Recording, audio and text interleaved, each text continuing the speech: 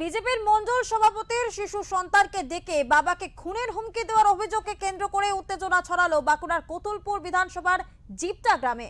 কোতুলপুর থানার জিপটা গ্রামে নিজের পরিবার নিয়ে বসবাস করেন বিজেপির কোতুলপুর 2 নম্বর ব্লকের 2 নম্বর মণ্ডলের সভাপতি শুভঙ্কর পণ্ডিত।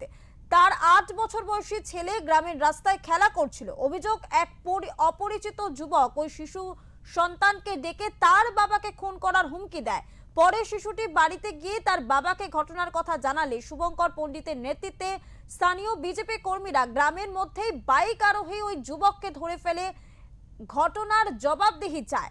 চাপের মুখে ওই যুবক হুমকি দেওয়ার কথা অস্বীকার করে। বিজেপির দাবি, অভিযুক্ত যুবক তৃণমূলের যুব সংগঠনের সক্রিয় কর্মী ও তৃণমূলের ভোট কুশলী সংস্থার হয়ে কাজ করে। তৃণমূলের পাল্টা দাবি, ওই যুবকের সাথে তৃণমূলের কোনো সম্পর্ক নেই। বিজেপির তরফে লিখিত অভিযোগ পাওয়ার পর ঘটনার তদন্তে নেমেছে কোতুলপুর থানার পুলিশ। কথাটা বলবে হ্যাঁ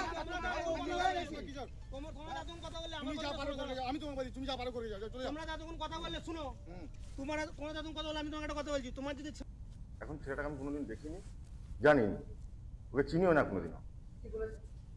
যে আমার ছেলেকে বলেছে যে তোর বাবাকে তুলে নিয়ে যে কেটে দেবো। ছেলেটাকে চিনিনি। তারপর আমি বিভিন্ন কার্যকর্তাকে ভিডিওটা পাঠালাম। পাঠানোর পর জানতে পারলাম ছেলেটার নাম নাকি ফিরোজ মোল্লা।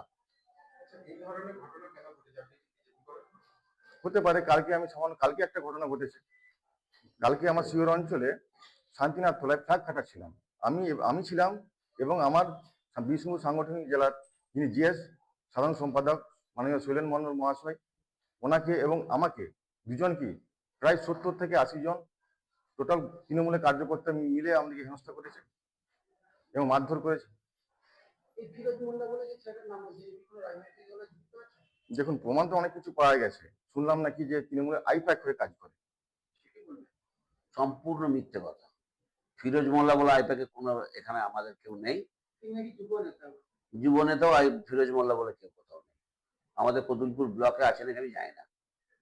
তিনি নাকি জিততে গ্রামে বিজেপি কর্মীর একটি বাচ্চাকে বলেছে নাকি তোমার বাবাকে মেরে দেবো, এরকম একটা কোনো হুমকি করেছে। এরকম ধরনের খবর আমার কাছে আসেনি, খোঁজ নিতে হবে। ফিরোজ মোল্লা বলে আমাদের দল করে এরকম ধরনের আমি কাউকে চিনি না।